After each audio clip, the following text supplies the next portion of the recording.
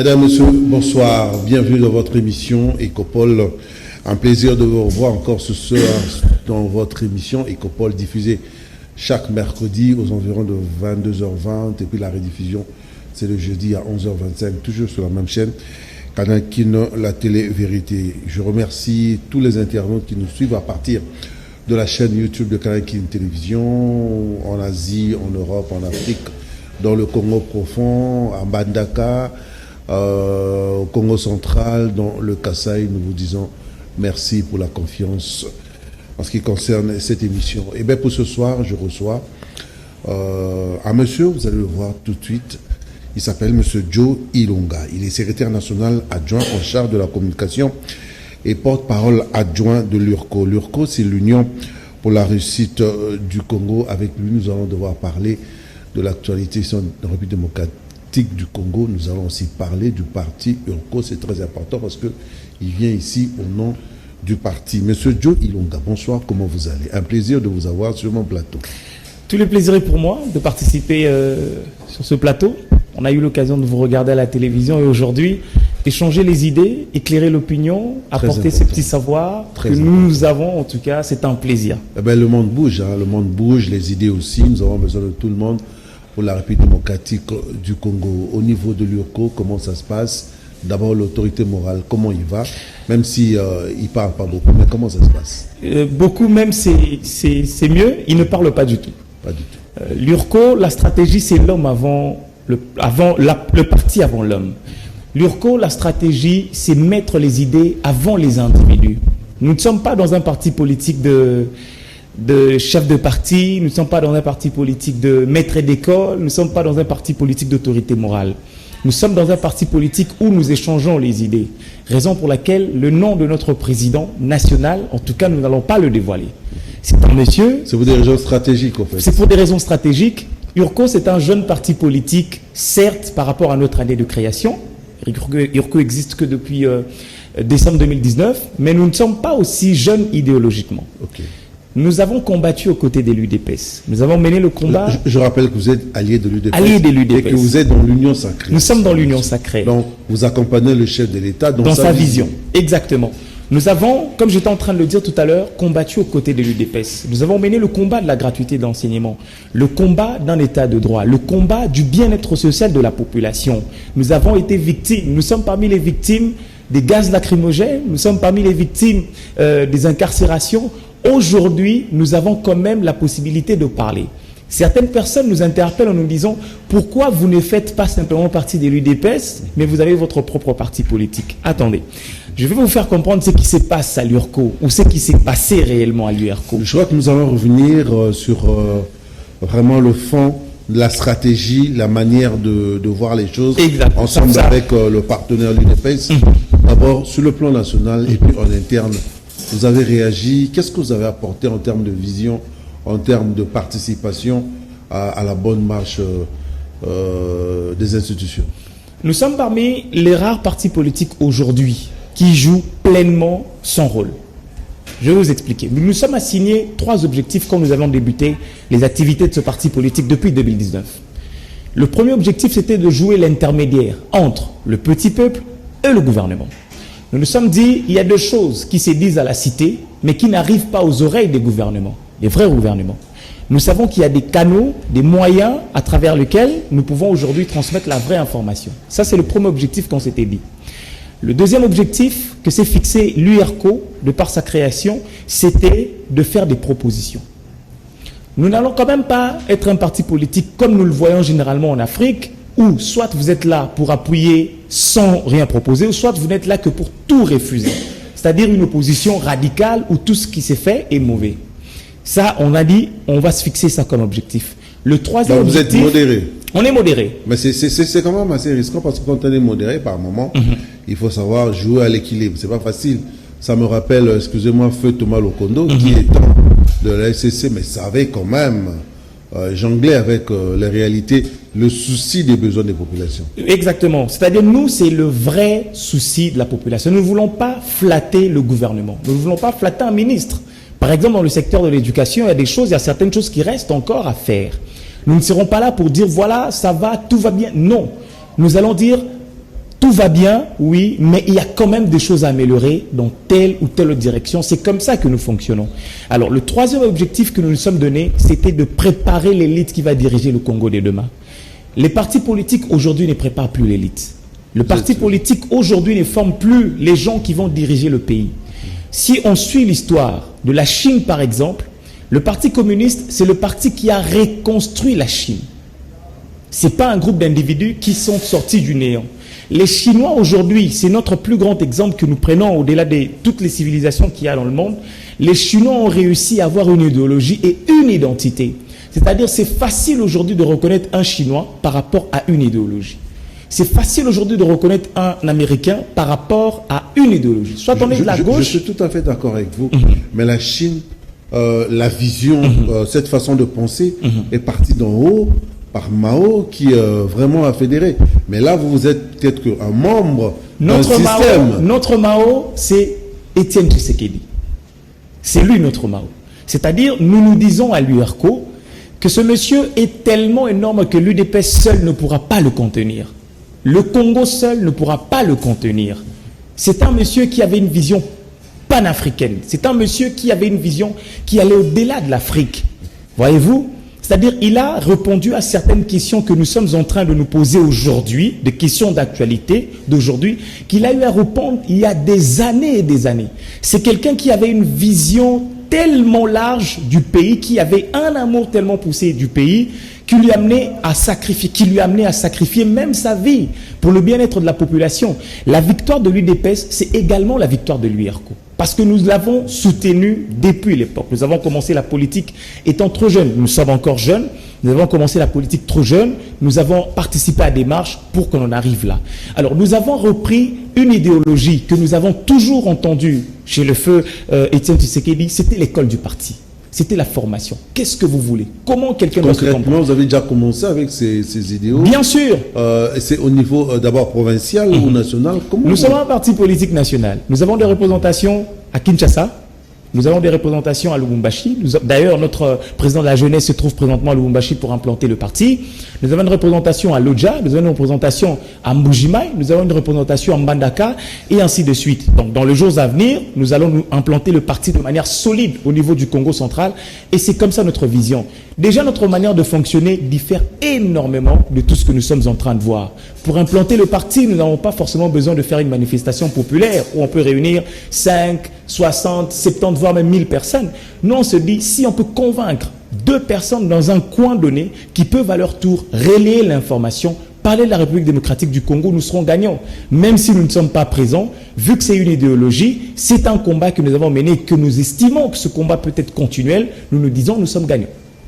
La difficulté aujourd'hui, c'est quoi avec les politiques congolais? Parce qu'il faut reconnaître qu'il y a une génération qui a commencé en 1960, les années 50, nous sommes aux années, pratiquement les années 2000, et vous évoquez une nouvelle vision de voir les choses. Est-ce que ces deux tendances-là n'auront pas de difficultés La chance que nous avons et l'avantage que nous avons aujourd'hui, c'est d'avoir un président de la République jeune. C'est-à-dire d'avoir quelqu'un qui incarne tout un espoir. C'est quelqu'un qui incarne toute cette jeunesse. C'est l'intermédiaire entre ces deux générations. C'est lui, en fait, qui joue cet intermédiaire parce que nous croyons en sa vision. Au-delà de croire en sa vision, nous croyons à cette jeunesse. Quand il y a une touche jeune, vous sentez qu'il y a toujours une particularité dans tous les domaines de la vie. Lorsque, avec vous, nous allons parler des avancées significatives, vous allez voir que c'est quelqu'un qui a une idée claire, qui sait définir sa politique, qui sait ce qu'il veut. Nous ne craignons pas cela, nous ne craignons pas cette transition. Certes, ça ne se fera pas grâce à un coup de baguette magique où tout va changer, mais de manière progressive, nous estimons au sein de l'URCO que la jeunesse doit commencer déjà cette intégration maintenant. Cette intégration passe forcément par le côtoiement, de tous ceux qui sont au pouvoir. Nous devons discuter avec ces personnalités. Nous devons échanger des informations. Dans quel cadre vous échangez? Comment? À travers les formations, vous les invitez? Qu'est-ce que nous faisons? Nous sommes parmi les rares partis politiques qui font du porte-à-porte. Ah, vous le faites. Nous le faisons. Comme les témoins de Jéhovah. On nous traite à la cité comme des témoins de Jéhovah. Ça, c'est exceptionnel. Les personnes qui nous rencontrent nous disent on est exceptionnel. Je vais vous raconter Ils une vous anecdote. disent aussi qu'ils ont faim quand vous frappez à la porte. Je vais vous raconter Ils une vous disent anecdote. aussi qu'ils qui va- ont des problèmes de Une courant. question qui va Ils répondre. vous disent aussi qu'ils ont des problèmes de sécurité, d'électricité. Oui, ils nous racontent tout ça. Beaucoup de Ils nous problèmes. racontent beaucoup de problèmes qui sont en train aujourd'hui de trouver des solutions grâce aux indicateurs qui sont vraiment en train de nous démontrer que nous sommes sur la voie du développement intégral, qui est notre vrai combat. Un matin, nous nous sommes réveillés. D'où est partie cette idée de l'école du parti du porte-à-porte? Le président national se réveille un matin, il nous appelle, on discute avec les cadres du parti, il nous dit « Je vois une famille nombreuse de l'autre côté. Je veux aller là-bas aujourd'hui. Avec vous, je vais vous accompagner. Nous allons leur offrir à manger, mais à une seule condition. On va discuter sur le pays. » C'est ce jour-là que nous nous sommes rendus compte qu'il y a des personnes intelligentes dans ce pays qui n'ont pas le droit à la parole. Et quand on a quitté ce cadre-là, le président national a dit, il a compris... C'est juste l'échantillon. C'est l'échantillon. Il a dit, dans ce pays, il faut qu'on change de style de communication politique. Il faut qu'on quitte les grands meetings politiques pour des discussions de 20 à 30 personnes. C'est ça l'URCO. Vous n'allez peut-être pas nous voir tout de suite avec des cérémonies, avec des grands meetings ou avec des manifestations réunissant 1000 personnes. Nous sommes Vous capables, êtes plus dans le fond. Nous sommes capables de le faire. Nous sommes vraiment capables de le faire. Vous en avez les moyens. Nous en avons également le moyen. Nous sommes capables de le faire. Mais nous disons, vous réunissez 1000 personnes, est-ce que les discours vont passer? Les meetings politiques actuellement, le style c'est un individu qui parle et les autres sont en train d'écouter comme un maître d'école. Nous on s'est dit non, il faut qu'on échange. Il faut qu'on discute avec ces personnes-là. Aujourd'hui, on se rend compte que même dans la communication, il y a des informations qui ne passent pas réellement. Il y a des gens qui, dans certains coins de la ville, où peut-être il y a eu des lestages, parce qu'il y a des améliorations à ce niveau-là, où il faudrait qu'on communique. Un exemple récent. Le ministre de l'économie nationale qui dit, voilà qu'il y aura baisse sensible des prix des produits surgelés. Les gens attendent. Hein. Les gens attendent. Une maman qui a entendu cette information, qui va dans le commerce, mais qui trouve le prix toujours intact, ça n'a pas augmenté, ça n'a pas baissé. Qu'est-ce que cette maman-là peut dire? Cette maman-là peut dire, le vaillant journaliste de Paul n'a pas donné une information vraie. Et pourtant, l'information était vraie. Mais il faudrait revenir chez ces dames-là pour leur dire pourquoi ce n'est pas encore effectif. C'est ça le travail de l'URCO. C'est ce côté intermédiaire. Nous faisons un travail de fourmi. Mais ce travail de fourmi, je suis d'accord avec vous quand vous évoquez ce travail de porte-à-porte. C'est bien réfléchi, vous innovez. Mais pour bien comprendre la réalité de la République, expliquer les difficultés, les avantages et les avancées, mais ça peut vous prendre 10 ans, ça peut prendre 20 ans, parce que nous avons une population de plus de 70 ans, pratiquement 90 millions. Est-ce que ça va prendre un temps? Et pendant ce temps, nous aurons les élections, l'URCO est en train de travailler, mais peut-être qu'il faut revenir 50 ans après pour pouvoir au pouvoir. Mes maîtres m'ont appris que l'éducation cesse le jour où on meurt. L'apprentissage cesse le jour où on meurt. L'URCO ne se fixe pas un délai pour changer le Congolais. Ah, vous êtes dans la vision. Nous sommes dans une vision. Nous allons passer. Il y a une autre génération qui va poursuivre cette école-là. Aujourd'hui, les têtes de l'UDPS, ceux qui ont commencé l'UDPS aujourd'hui, ont légué un héritage à des personnes comme l'excellence Félix Tshisekedi. C'est quelqu'un qui a eu à écouter, c'est quelqu'un qui a mangé la politique, c'est quelqu'un qui a réfléchi politique, qui a vu faire les aînés, et aujourd'hui il est en train d'exécuter justement tout ce qu'il a vu. Raison pour laquelle nous n'avons pas d'inquiétude en termes de timing, en termes de masse, en termes de nombre de personnes. Si on réussit en tout cas à convaincre 1000 personnes, nous nous disons gloire à Dieu. Il y a un travail qui sera continuel. Ces 1000 personnes vont à leur tour convaincre 1000 autres personnes.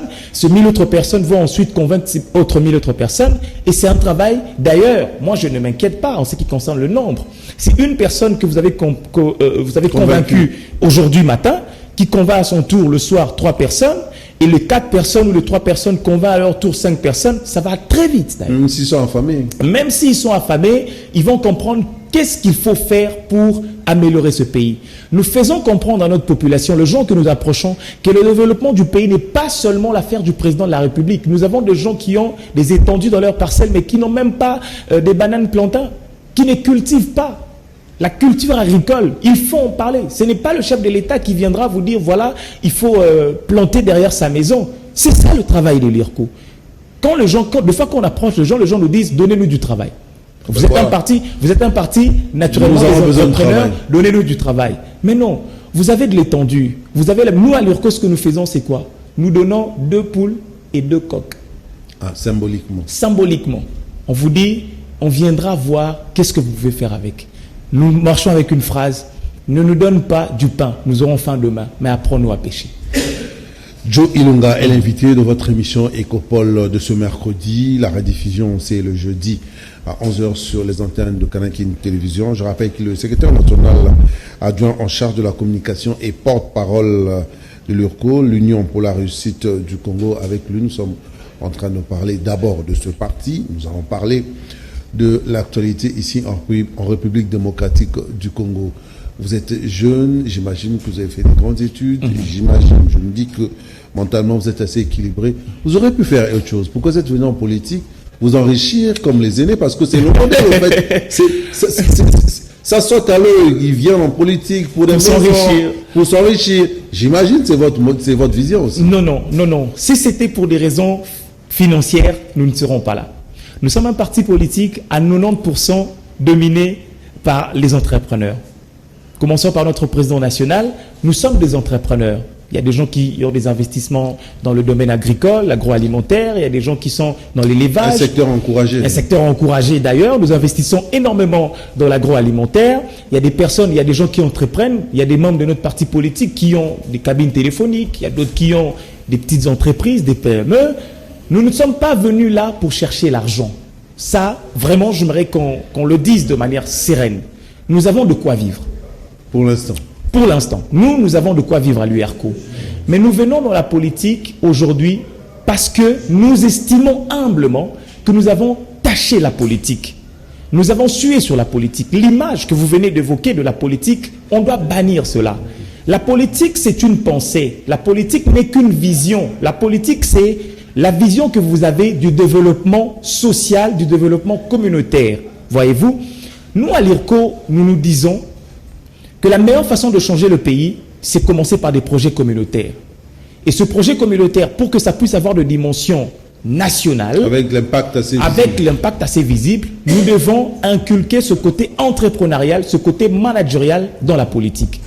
Nous pensons humblement que nous avons la possibilité d'apporter ce côté management dans la gestion de la chose publique. Nous pensons humblement que nous avons la possibilité d'apporter cette façon de gérer de manière orthodoxale, de considérer le Congo comme étant une entreprise propre à vous. C'est-à-dire aucun entrepreneur ne peut investir pour perdre. Aucun. Nous investissons pour gagner et nous estimons que si l'on considère le Congo comme étant une entreprise que nous avons l'obligation de grimper son chiffre d'affaires, tout le monde sera gagnant. Nous allons créer des emplois, nous allons améliorer les conditions de vie de personnes et nous allons participer au développement du pays. Il ne suffit pas de dire qu'est-ce que le pays a fait pour moi. Posons-nous des questions. Qu'est-ce que nous avons fait pour le pays? Joe, ce discours, vos aînés en politique ont déjà distillé ce discours au niveau des provinces. Ils l'ont dit, mais le résultat là, le peuple attend du concret. Le peuple va voir des changements. Vous avez dit que vous avez innové. Nous allons voir comment les choses vont évoluer. Avant de prendre...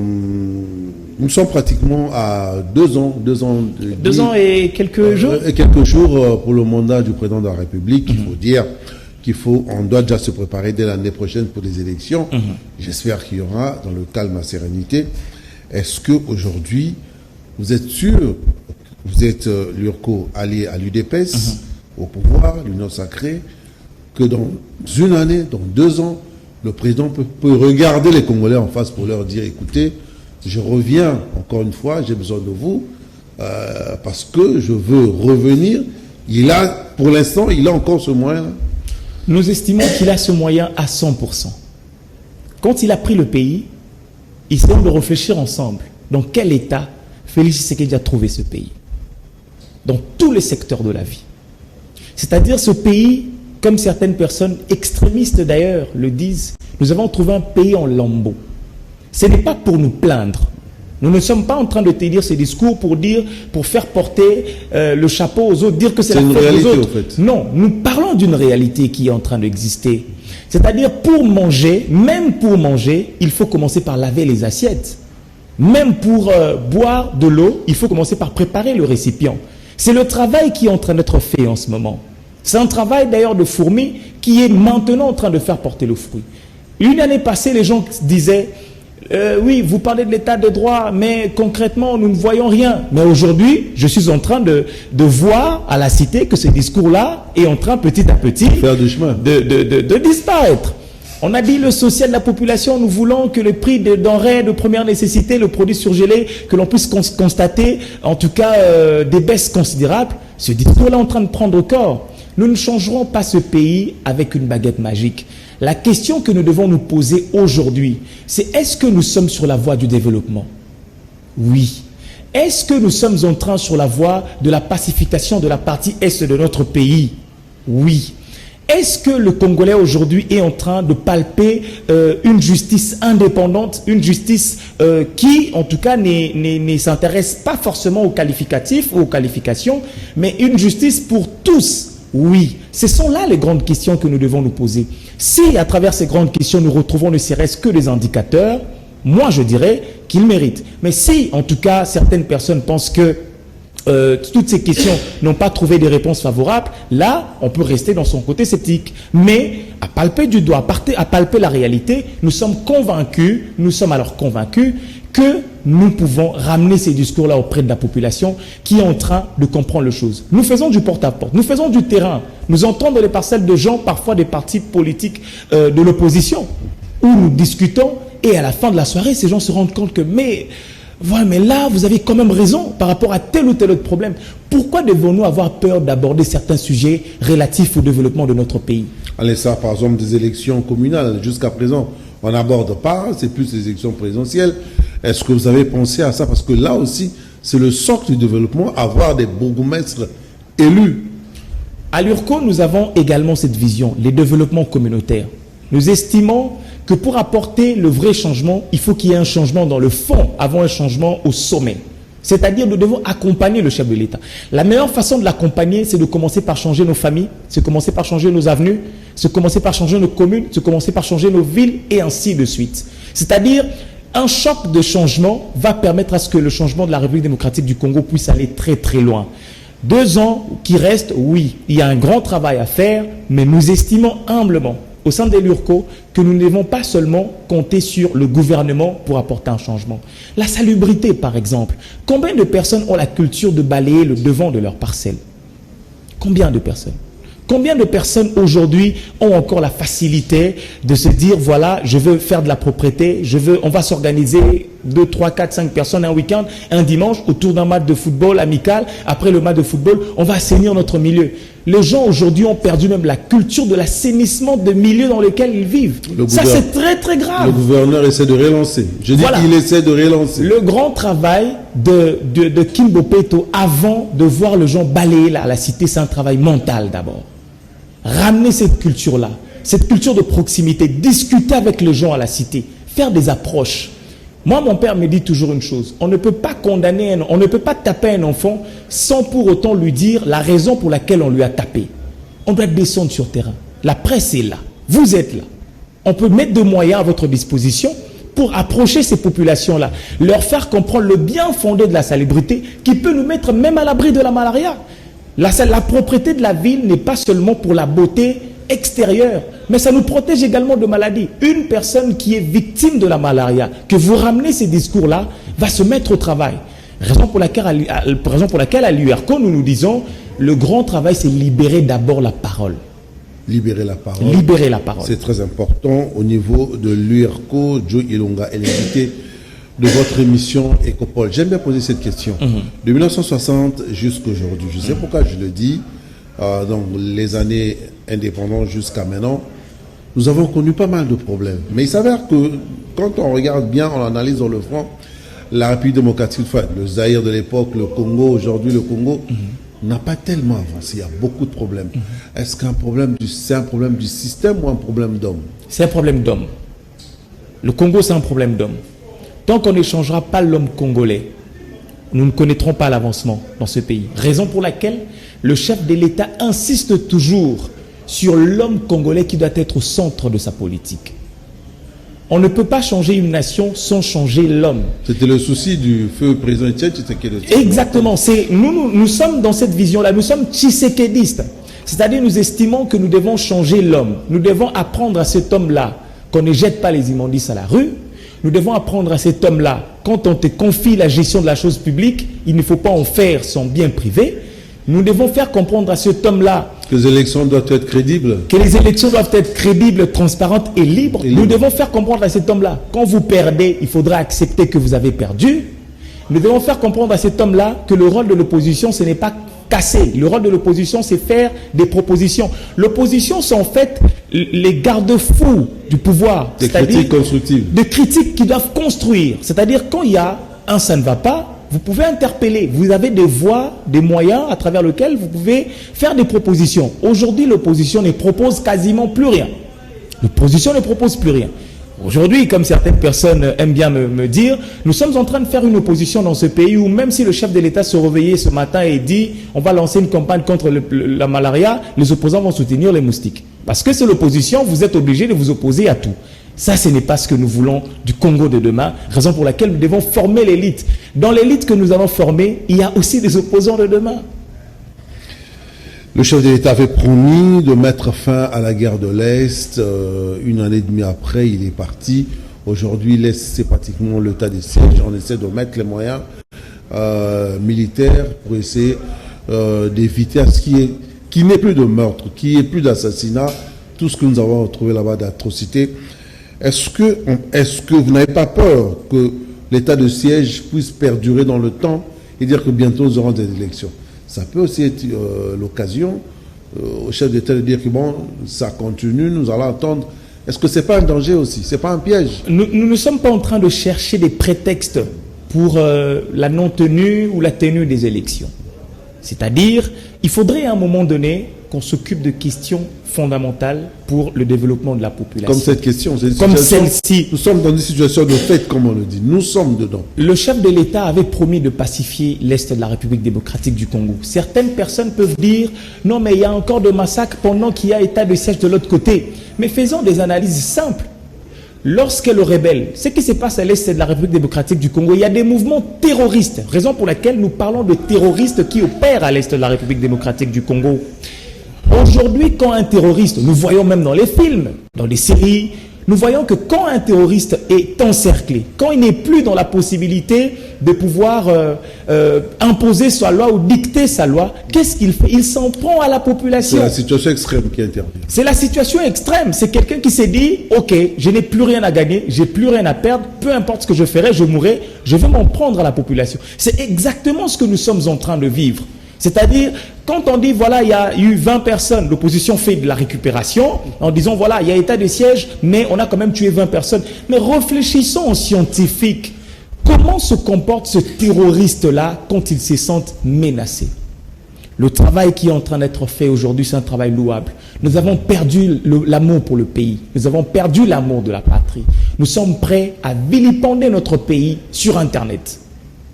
Chose que vous verrez très rarement sous d'autres cieux. Très rarement. Aujourd'hui, le Congolais est prêt à sortir sa caméra, aller à la cité, se promener pour importuner inutilement son pays. Même quand il sait que ce n'est pas la vérité. Nous avons perdu l'amour pour la patrie. Comment vous pouvez imaginer... Et ça, c'est l'homme politique congolais. C'est l'homme, raison pour laquelle nous parlons de l'homme. Comment vous pouvez imaginer qu'un terroriste sans cœur, sans pitié, qui porte une ceinture explosive, qui va avec dans une église et s'explose, on tue le Congolais, plutôt que de compatir avec ces personnes-là, vous faites de la récupération pour dire que c'est la faute du chef de l'État. Mais ça, c'est manquer du cœur. Ça, c'est carrément manquer même de la conviction. Ce n'est pas aimer le Congo. Pourquoi ne pas se mettre ensemble, dire non à cette histoire? Nous avons vu en France Charlie Hebdo, qui n'était même pas une affaire d'État, contrairement à ce que nous sommes en train de vivre. Ce qui se passe à l'Est de la République démocratique du Congo, ce n'est pas l'affaire de l'UDPS. Ce n'est pas l'affaire seule de l'URCO. C'est l'affaire du Congolais. C'est un problème de souveraineté nationale. Nous devons nous battre pour protéger la partie Est de notre pays. Nous avons vu avec Charlie Hebdo qui était une affaire personnelle. Mais un citoyen français tué, la gauche, la droite, ensemble, pour parler France, pour parler de la nation. C'est ce niveau de la politique que nous voulons avoir dans notre pays. La guerre de l'Est, on l'a toujours dit que les ficelles sont aussi tirées à partir de l'extérieur, des pays voisins, il faut qu'on se le dise, c'est une réalité.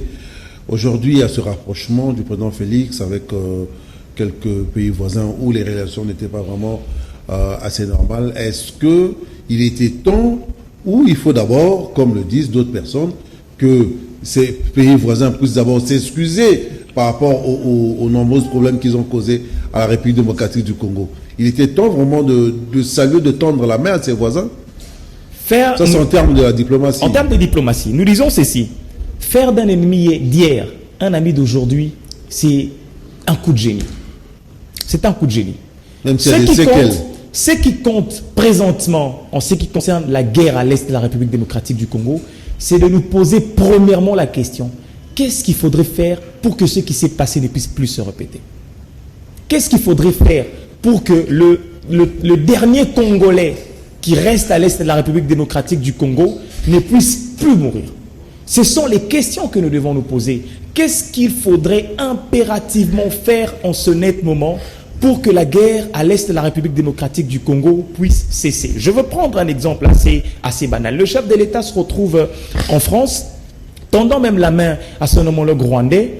Il y a eu encore de la récupération. Non, c'est de la faiblesse. Non, il est allé s'allier à un ennemi. Voilà, il n'aime pas le Congo. Il a vendu le pays. Qui n'a pas vilipendé le chef de l'État? Il fait son retour en République démocratique du Congo. Même pas 2 mois, il y a éruption volcanique du volcan le Nyiragongo. Le Rwanda a ouvert ses frontières pour accueillir le Congo. Situation catastrophique naturelle. Situation catastrophique naturelle. Posons-nous une question. Admettons que le chef de l'État est allé en bras de fer en France contre le président rwandais. Qu'est-ce qui allait se passer? Nous devons d'ailleurs aujourd'hui saluer le chef de l'État qui a sauvé des milliers de vies à travers cette diplomatie-là. Les excuses, oui, le passé reste passé. Le président Macron, quand il est allé en France, il a adopté cette attitude-là. Certes, nous ne pouvons pas changer le passé, mais nous avons la possibilité de proposer un futur meilleur. C'est ça la politique du chef de l'État. C'est-à-dire, on va, bien sûr, on a besoin des excuses, on a besoin de tout cela, mais la priorité, c'est laquelle en ce moment? Posons-nous la question. La priorité, c'est les excuses ou la fin de la guerre? C'est de l'hypocrisie ou la fin de la guerre?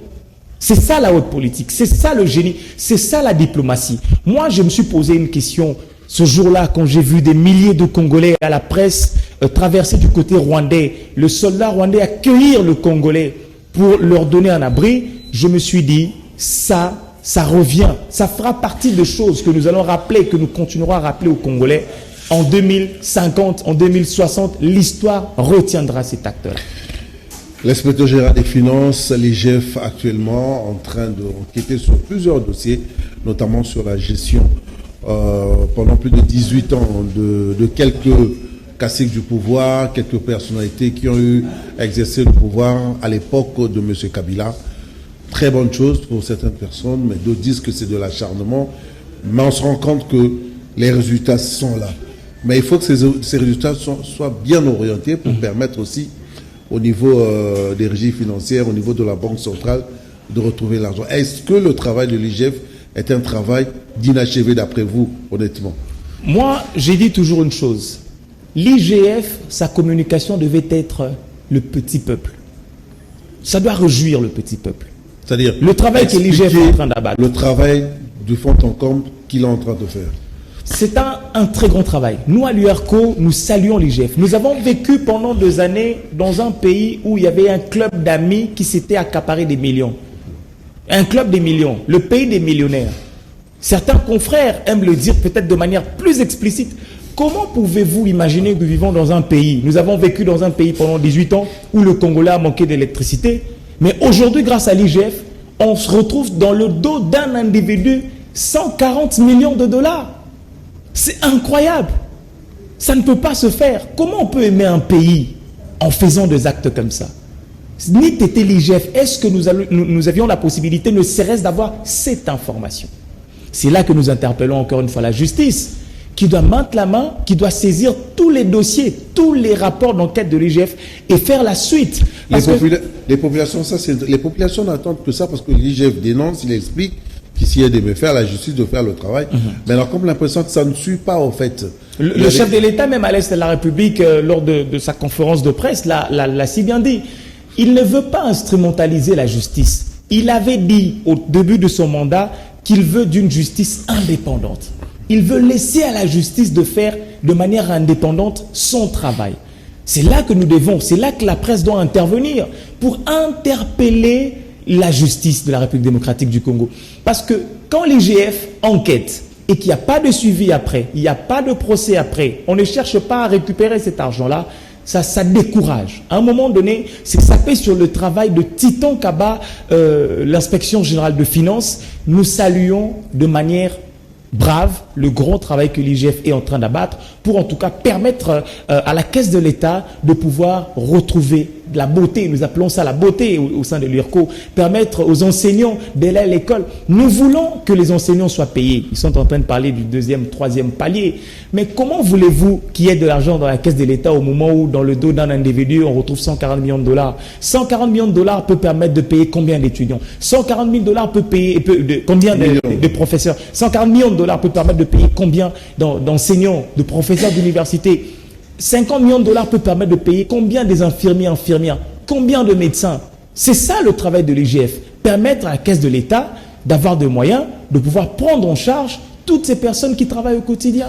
Donc si je comprends bien, ce mandat du président Félix, au fait, les 5 ans, c'est pour un travail de fond en interne pour essayer de rebooster les choses, si je comprends bien. Le chef de l'État est en train de poser les bases. Déjà bon. Pour construire une maison, il faut des bases.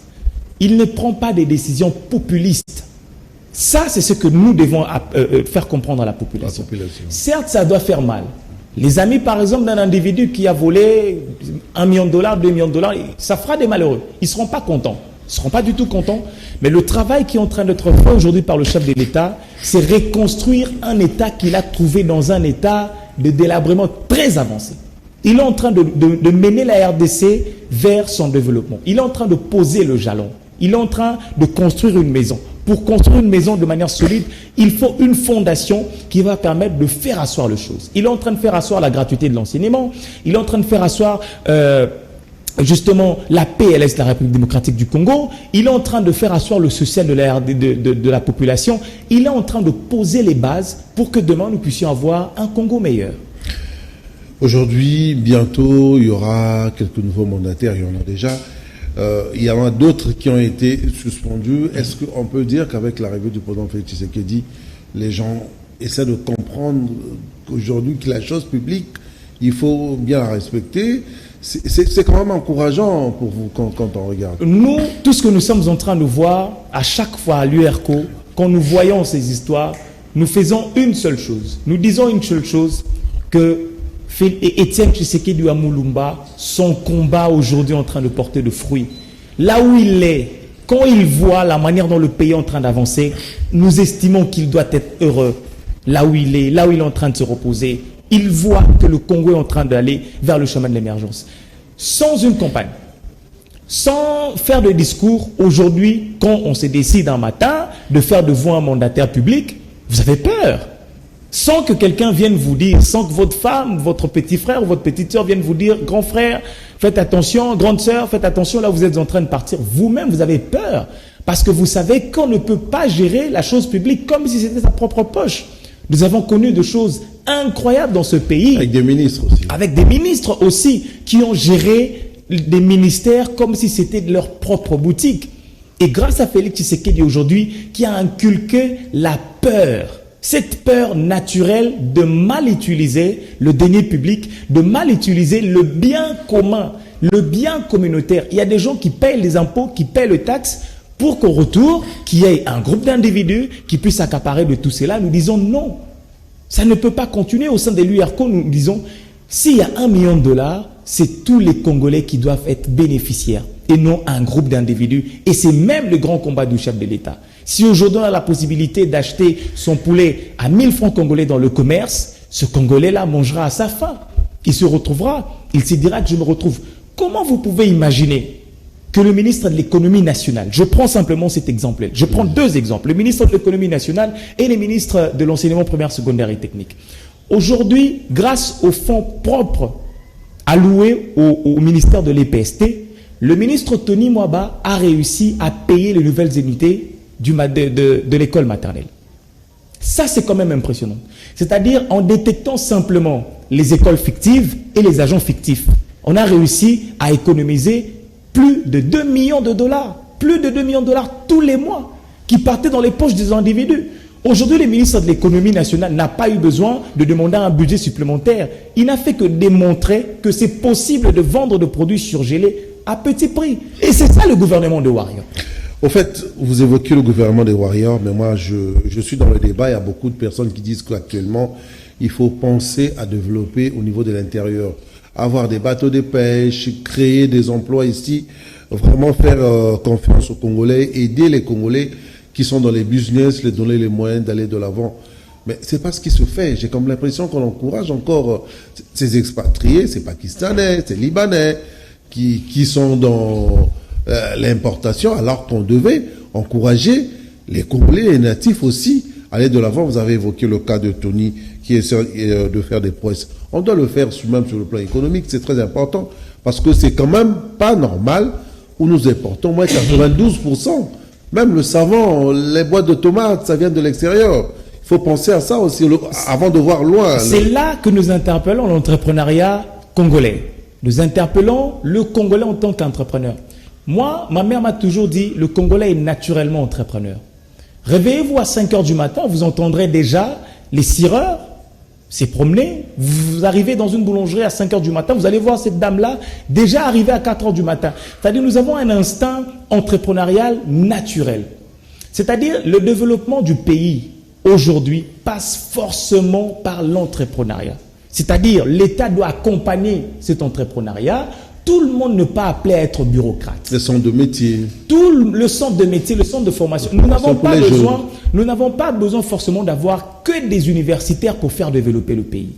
Nous devons appuyer des centres de formation. Vous apportez ce discours quand vous faites de porte à porte. Tout ce que je suis en train de vous dire ici, c'est ce que nous parlons à la population quand on les approche. Vous n'êtes pas obligé d'envoyer votre enfant aller faire le droit. C'est compliqué ce discours, quand vous le dites à un parent, il dit ah non, mais mon fils doit faire l'université, il faut, comme Joe, tout et tout. Il faut le convaincre. C'est-à-dire il faut ramener ce papa-là à avoir l'importance d'avoir un électronicien. C'est-à-dire, quand vous avez deux enfants, on fait la part de choses. Écoutez notre discours. Nous arrivons dans une famille. Vous dites à un monsieur qui a 4 enfants, vous lui dites, vous n'êtes pas obligé d'envoyer tous vos enfants à l'école, à l'université. Il y a ceux qui peuvent aller dans un centre de formation, vite apprendre. Il y a d'autres qui peuvent aller à l'université, vite apprendre. Comment ça se fait? Dans le domaine de la robotique, par exemple. Un qui est allé étudier l'intelligence artificielle. Un autre qui a allé étudier la robotique à l'ISTA. Un autre qui a expérimenté dans un centre de formation, par exemple, comment faire développer les machines. Quand ils vont se mettre ensemble, ils vont produire des robots. Nous avons besoin d'avoir des peintres. Si tout le monde est juriste, si tout le monde est médecin, votre maison qui va repeindre, c'est ça le Congo de demain. Alors nous voulons que ce peintre puisse se retrouver dans son domaine. Pourquoi les gens aujourd'hui s'intéressent de plus en plus à la politique? Même l'agriculture, on en parle très peu, l'élevage, on en parle très peu, alors que c'est aussi le développement. La Côte d'Ivoire, le Sénégal, le Mali, c'est des pays qui ont plus misé sur l'agriculture, mais ici on parle plus minéraire, on parle plus... c'est assez compliqué quand même. Nous allons, lorsque nous faisons du porte-à-porte, nous amenons des coqs, nous amenons des canards, nous amenons des poules. C'est-à-dire on arrive dans une parcelle, vous avez de l'espace, vous avez la possibilité de cultiver. Vous avez si vous avez 2 poules seulement, en l'espace d'une année, vous avez la possibilité, après les avoir élevées de manière exceptionnelle, vous avez la possibilité d'atteindre jusqu'à 100 poules. Vous avez un poulailler qui peut nourrir le quartier. C'est-à-dire vous avez la possibilité de devenir fournisseur des œufs, vous avez la possibilité de fournir tout ce que vous pouvez imaginer dans votre quartier. C'est ça le développement communautaire. Certes, il y a encore du travail à faire. C'est aussi le travail de l'État, mais à grande échelle. Le chef de l'État a trouvé le pays dans l'état dans lequel il est. il est en train de faire un travail pour améliorer, en tout cas, les conditions de vie de la population. Les indicateurs sont là. Nous devons être confiants. Mais chacun dans son coin doit essayer de travailler pour que le Congo soit prospère. Quand vous vous réveillez le matin, vous vous dites, pour que le Congo puisse se décoller, ça doit prendre 10 ans, ça doit prendre 20 ans, 50 ans, il y a des hésitations. Est-ce que vous dites comment pour le Congo? On ne peut pas définir le changement du Congo ou le développement du Congo en termes de timing. Mais on doit plutôt définir le développement du Congo en termes de vision. Parce que même Félix Tshisekedi ne pourra pas tout faire. Logique. Après lui, il y aura une autre personne. Après cette autre personne, il y aura une autre personne. Mais la question que nous devons nous poser, c'est quelles sont les bases que nous allons laisser à la prochaine génération. Le prochain président de la République démocratique Qu'est-ce qu'il doit faire? Viendra trouver le Congo dans quel état? Le prochain médecin qui viendra dans votre hôpital, là où vous avez travaillé pendant 50 ans, il viendra trouver quel type de médecin? Le prochain journaliste, nous avons eu la chance de vous avoir comme modèle, nous avons eu la chance de vous regarder à la télévision. Merci. Peut-être si nous avons cette petite possibilité de nous défendre comme ça, c'est parce que l'héritage que vous, personnellement, vous nous avez légué, c'est quelque chose de loin qui nous permet aujourd'hui de nous défendre. Mais posez-vous la question, quel genre de journaliste, quel genre de communicologue, quel genre de communicateur vous allez léguer à la prochaine génération? C'est une question que le Congolais ne se pose pas chacun dans son domaine. C'est-à-dire chacun dans son coin a une part de responsabilité. Vous pouvez développer le pays en prestant correctement à la télévision. Vous pouvez développer le Congo en balayant correctement votre maison. Il serait mieux d'évangéliser par les actes que par la parole. C'est-à-dire un monsieur de l'IRCO, raison pour laquelle nous insistons au sein de l'IRCO que nos cadres doivent refléter notre politique de par leur comportement dans la société. Peu importe ce qu'ils font comme activité, peu importe ce qu'ils font mais dans la société, être des modèles en fait. Être de modèles. Aujourd'hui, ça fait mal d'avoir des politiciens qui ont des passants guillemets qui laissent à désirer. Nous voulons former cette élite-là. Nous voulons faire comprendre à une personne, un peu comme le font les prêtres à l'Église catholique.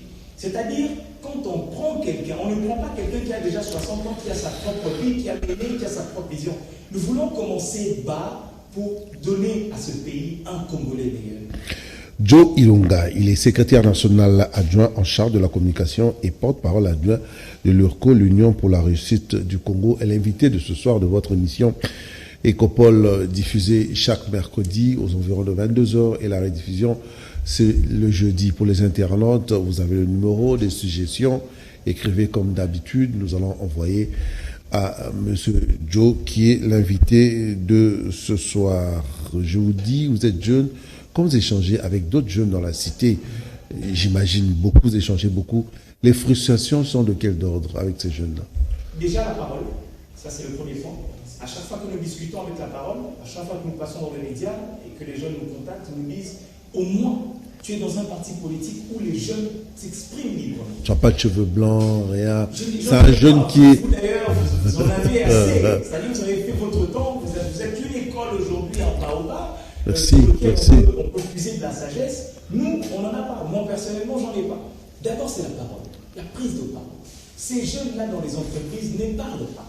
Ces jeunes-là n'ont pas l'occasion d'émettre des idées. C'est-à-dire, vous arrivez dans un milieu où vous trouvez que tout est verrouillé. La première frustration, c'est la parole. La deuxième frustration, c'est la formation. Quand nous rencontrons les jeunes à la cité, très important. Il y a des jeunes qui ont besoin d'être formés. C'est-à-dire, vous rencontrez un individu traité peut-être d'enfant de la rue, mais qui a un talent incroyable et qui a une passion dans tout ce qui est mécanique.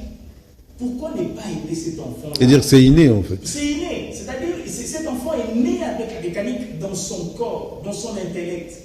Plutôt que de prendre cet enfant-là, de placer dans une université pour faire de lui un juriste, non.